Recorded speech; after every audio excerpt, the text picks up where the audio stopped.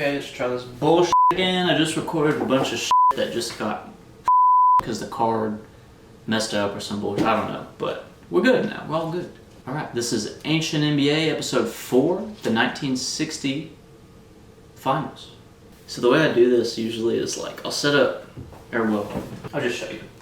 Camera set up on a little chair, very risky. That's what we like over here. But then I write these episodes on a Word document, and then I make the text huge because I'm an old man and I can't read. And then the camera goes right here on that tripod, and this is like a teleprompter essentially. And I just scroll down it while I'm talking. And yeah, that's how the episodes are made so far. I am not a professional person. I'm not gonna sit here and act like it.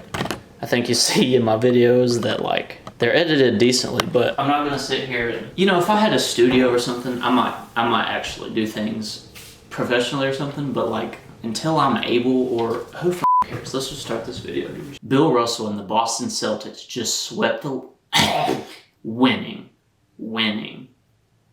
I don't know, use one of the bitches. Winning, whatever.